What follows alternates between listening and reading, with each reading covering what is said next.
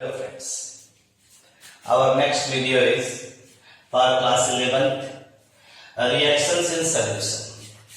Solution की बात हम लोग यहाँ करते हैं। सॉल्यूशन होता है क्या है इसको पहले हम लोग जानते हैं, फिर जो रिएक्शंस होती हैं उनके कंसंट्रेशन को हम लोग कैसे एक्सप्रेस करते हैं उससे रिलेटेड कुछ चीजें पढ़ेंगे। तो सॉल्यूशन के बारे में सबसे पहले आपने सुना होगा डेफिनेशन या the homogeneous mixture of two or more component that is called solution. homogeneous mixture का मतलब यहाँ पे क्या है, इसमें आप कर सकते हैं अगर एक गिलास पानी आपने लिया उसमें एक चम्मच नमक, दो चम्मच नमक आपने मिक्स कर दिया, अच्छे से उसको मिक्स कर दिया, तो जो सोल्यूशन बन रहा है उसमें सॉल्वेंट और सॉल्यूट का proportion through out the solution same. मतलब कि अगर आप एक गिलास पानी को लीजिए, उसके अपर सरफेस से एक चम्मच निकालिए या बॉटम से निकालिए, दोनों जगह मिठास या मिठास एक समान हो। ठीक है भाई, दैट इज होमोजीनियस, यानी सॉल्वेंट और सॉल्यूट का ratio through out the solution same. अब कितना अमाउंट जो है सॉल्यूट आप डिसॉल्व कर रहे हैं गिवन वॉल्यूम ऑफ सॉल्यूशन में, दैट इज कॉल्ड कंसंट्रेशन। मतलब किसी भी सॉल्यूट का कितना अमाउंट आप डिसॉल्व कर रहे हैं, किसमें डिसॉल्व कर रहे हैं, सॉल्यूशन में, तो दैट इज कॉल्ड कंसंट्रेशन। अब हम लोग यहाँ पे रिएक्शंस इन सॉल्यूशन में हम लोग पढ़ेंगे कंसंट्रेशन को एक्सप्रेस करने वाली कुछ एक यूनिट्स। तो यहाँ पे जो है पहली यूनिट हम लोग पढ़ेंगे mass percentage.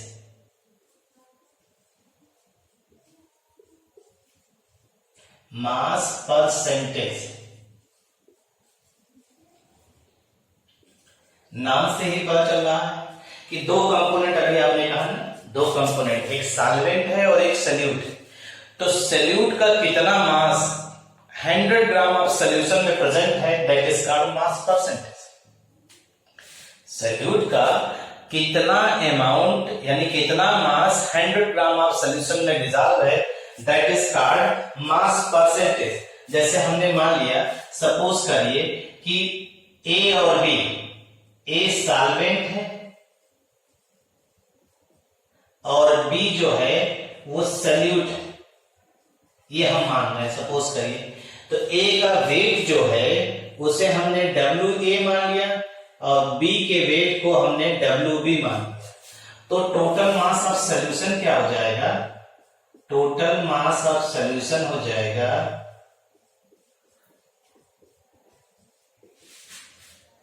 WA plus WB, ये हो गया। अब अगर आपको मास परसेंटेज ऑफ A निकालना है, मास परसेंटेज ऑफ A निकालना है, तो WA upon WA plus WB into 100, that is mass percentage of A। Similarly B के लिए क्या हो जाएगा, WB upon WA plus WB into 100। ये आपका जो है क्या हो गया, मास परसेंटेज ऑफ A और मास परसेंटेज ऑफ B। अगर हम कुछ एग्जाम्पल लेते हैं, जैसे आपसे, क्योंकि अब हम लोग यहाँ पे काफी न्यूमेरिकल्स देखेंगे आगे भी, आगे के वीडियोस में ऐसे दिया रहेगा 90% NaCl बाई मास, ऐसे लिखा है, या 90% NaCl बाई वेट, इस तरह से लिखा है। तो इसका मतलब क्या हुआ यहाँ पे, इसका मतलब हुआ कि जो टोटल मास ऑफ सॉल्यूशन है वो 100 है और 100 ग्राम में 90% जो है NaCl है, 100 का 90% यानी 90 का, यानी इसका मतलब हो गया, it means 90 gram of NaCl are dissolve in 100 gram of solution. या इसको आप कह सकते हैं 90 gram NaCl plus 10 gram H2O is equal to 100 gram of solution. ये मतलब होगा इसका 90% NaCl बाय मास और NaCl by percentage wait, NaCl by weight दिया गया है, तो उसका मतलब ये होगा जो भी परसेंटेज है उतना ग्राम 100 ग्राम सोल्यूशन में डिसॉल्व है। टोटल मास ऑफ सोल्यूशन 100 ग्राम आप ले रहे हैं, उसमें परसेंटेज आप निकालें। नेक्स्ट आइए वॉल्यूम परसेंटेज। वॉल्यूम परसेंटेज और मास परसेंटेज दोनों एक दूसरे से रिलेटेड, बस यहाँ पे ए और बी आप मान लीजिए। वॉल्यूम परसेंटेज का मतलब कि कंपोनेंट का कितना वॉल्यूम 100 ml ऑफ सोल्यूशन में डिसॉल्व है, यानी ए और बी दो आपके क्या हो गए, मान लीजिए सल्यूट हो गए और सॉल्वेंट हो गए। तो यहां अगर इसके वॉल्यूम को मान रहे हैं तो ये VA हो जाएगा, इसके वॉल्यूम को ले रहे हैं ये VB हो जाएगा। ठीक, तो टोटल मास ऑफ सोल्यूशन की जगह टोटल वॉल्यूम ऑफ सोल्यूशन अगर आप देखेंगे तो ये कितना हो जाएगा, टोटल वॉल्यूम ऑफ सोल्यूशन, और यहां हो जाएगा ये कितना, VA प्लस VB। अगर इसी को आप मास परसेंटेज की जगह वॉल्यूम परसेंटेज ऑफ ए और बी लिखना चाहें तो यहाँ पे ये चीजें जो है थोड़ा चेंज हो जाएंगी। Volume percentage of A is equal to VA upon VA plus VB into 100, और यहां पे हो जाएगा VB upon VA plus VB into 100, that is volume percentage of A and B। ठीक, ये हो गया। इसको समझाने के लिए अब यहां पे दिया है 10% एथेनॉल V बाई B, ऐसे दिया है 10% ethanol V by B, volume by volume. अगर इस चीज को हम लोग ऑब्जर्व करते हैं 10% V बाई B, तो इसका मतलब क्या हुआ, इसका मतलब हुआ कि 10 ml ethanol, it means 10 ml of ethanol dissolved in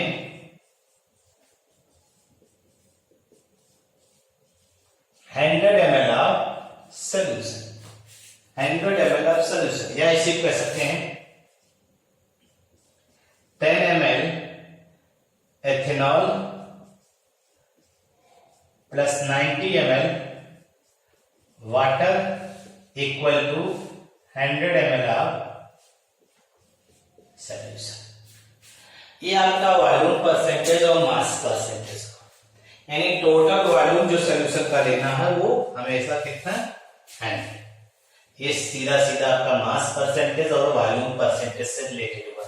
इससे रिलेटेड चीजें न्यूमेरिकल में आपको दिखाई देगी। जब भी इस तरह से चीजें आएंगी तो वहां पे चर्चा किया जाएगा क्या कैसे हो रहा है। आइए आगे चलते हैं, नेक्स्ट टॉपिक अब लेकर चलते हैं molarity.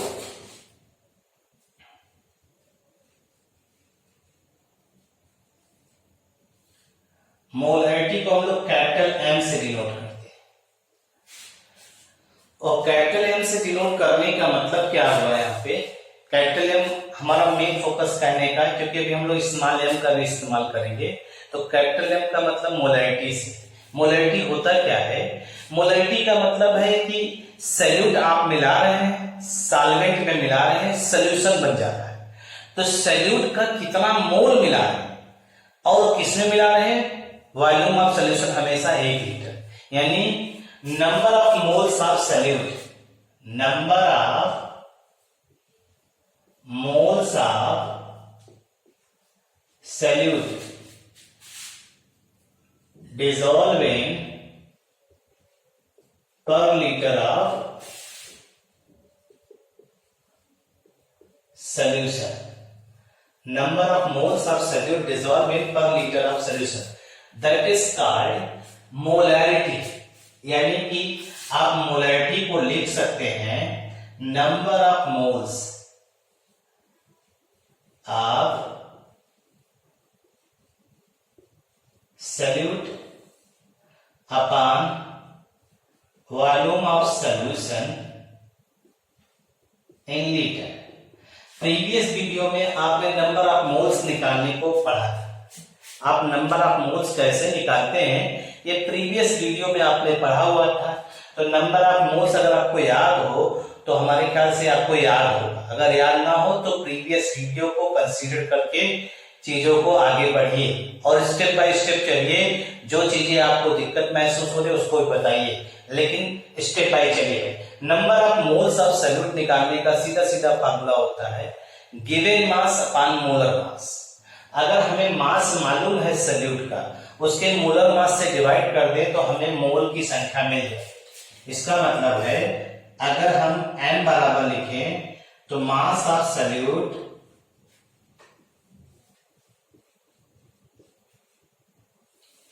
Upon molar mass of solute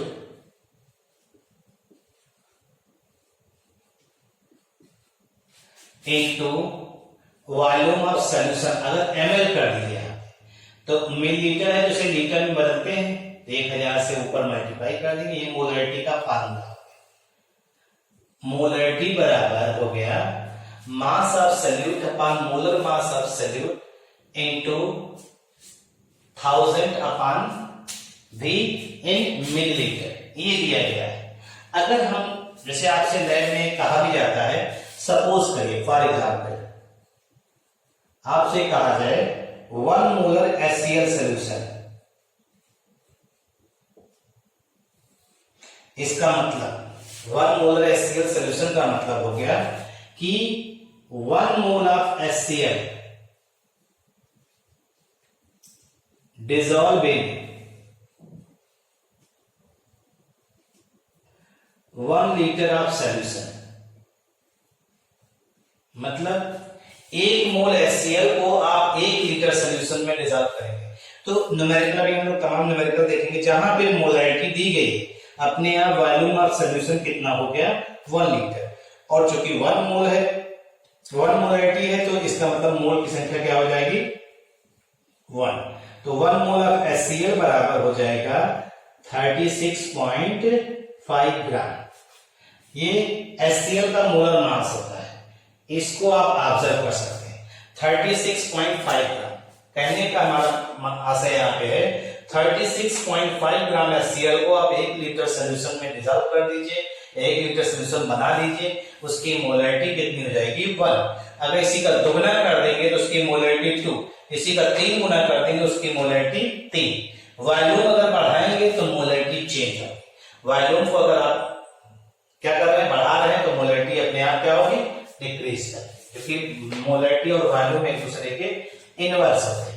अगर इसी चीज को हम लोग ऑब्जर्व करें, इसी चीज को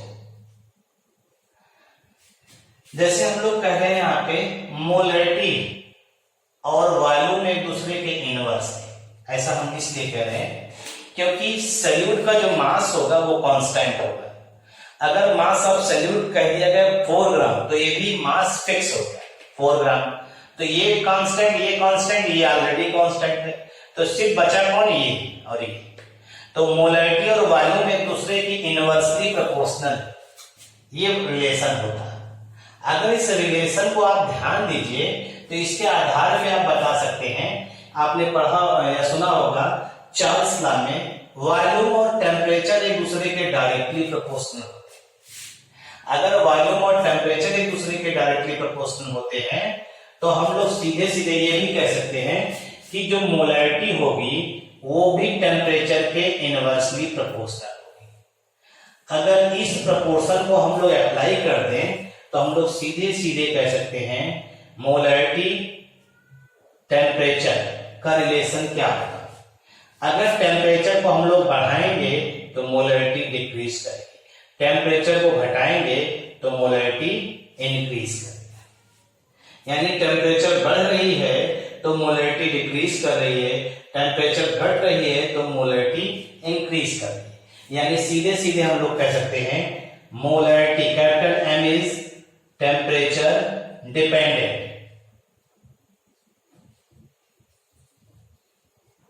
प्रॉपर्टी, टेम्परेचर डिपेंडेंट प्रॉपर्टी। ठीक है भाई।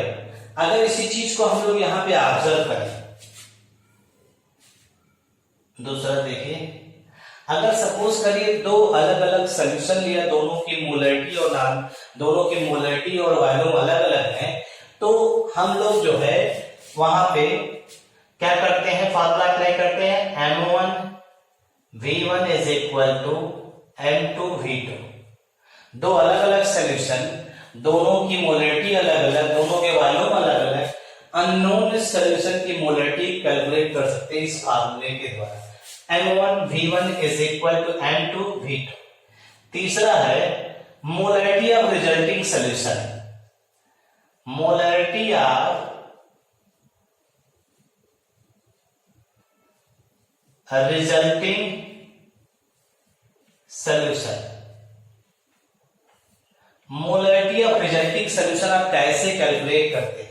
आप सपोज करिए दो अलग अलग मोलरिटी के सोल्यूशन हैं, दोनों को आपस में मिक्स किया, दो अलग अलग मोलरिटी, जैसे मान लीजिए कोई सोल्यूशन ए है और कोई सोल्यूशन बी, पहले की मोलरिटी M1 है, दूसरे की मोलरिटी M2, पहले का वॉल्यूम V1 है, दूसरे का वॉल्यूम V2। अब दोनों को आपस में मिक्स कर दीजिए, तो मिक्स करने पर वॉल्यूम चेंज होगा, वॉल्यूम चेंज होगा तो रिजल्टिंग मोलरिटी भी क्या होगी, चेंज हो जाएगी। तो अगर हम लोग ले यहाँ पे सपोज करिए M1V1, दोनों को ऐड कर रहे हैं, M2V2, और जो ये है मोलरिटी ऑफ सोल्यूशन और वॉल्यूम बन जाएगा V1 और V2। M3 जो है आपका बराबर हो जाएगा M1V1 plus M2V2 upon V1 plus V2। M3 जो है ये आपका resulting solution, molarity of resulting solution.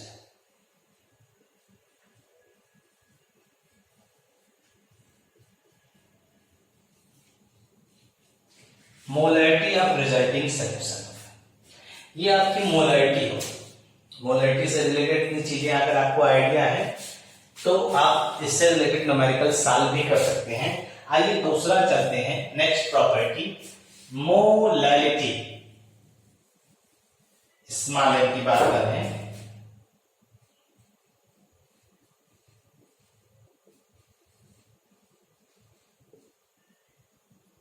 Molality, अब मोलैलिटी के बारे में कहा जाता है, अब जैसे देखिए कैपिटल M स्मॉल, दोनों में अंतर देखिएगा।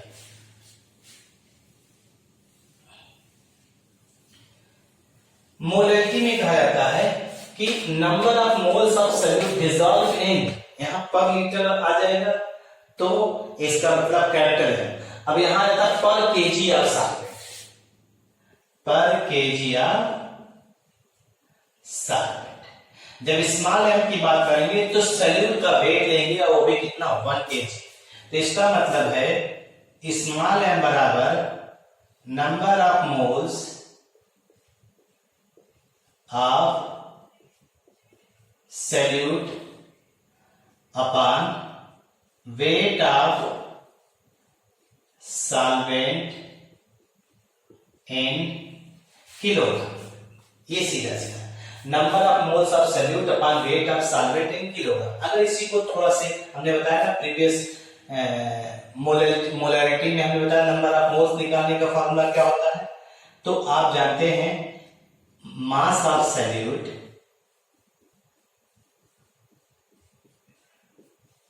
Upon molar mass of solute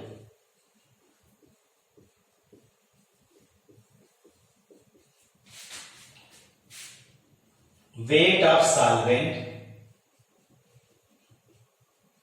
in, अगर ग्राम में लिख दिया तो ऊपर हो जाएगा क्या, 1000, ऊपर 1000 का ये फार्मूला होता है, ये फार्मूला हो जाएगा इसका। इसको सीधे सीधे आप ऑब्जर्व कर सकते हैं, given mass upon molar mass, weight of solvent in gram, और यहाँ पे ये चीजें आप ऑब्जर्व कर सकते हैं। इसको जैसे हमने बताया आपको, इधर आइए देखते हैं, इसमें भी कुछ चीजें हैं। अब इसमें अगर आप ध्यान दीजिए, जैसे अभी वहां कैपिटल एम में लिया था, ये कांस्टेंट था, ये कांस्टेंट है, ये कांस्टेंट, ठीक। तो यहाँ पे मोलैरिटी जो है और वेट में क्या संबंध हो गया, इनवर्स। तो पहला तो यही हो गया नोट में, small m is inversely proportional to weight of solvent, weight of solvent. आपको मालूम है कि जो वेट होता है, सब्सटेंस का वेट होता है, वो टेम्परेचर के अकॉर्डिंग चेंज नहीं होता है। यानी आप सीधे सीधे कह सकते हैं वेट ऑफ सब्सटेंस इंडिपेंडेंट